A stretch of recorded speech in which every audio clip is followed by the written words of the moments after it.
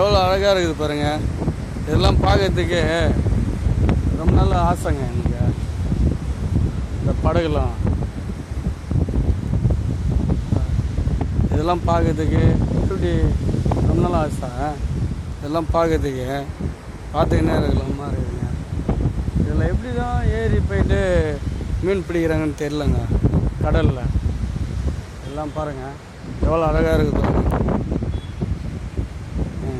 ரொம்ப இதெல்லாம் ஒரு ரொம்ப கஷ்டங்க மீன் பிடிக்கலாம். சூப்பராக இருக்குது. எவ்வளோ அழகாக இருக்குது பாருங்க. நம்மளுக்கு யாருக்குன்னா தெரியுமோ அவங்களாம் லைக் பண்ணுங்கள், ஷேர் பண்ணுங்கள் என் சேனலை.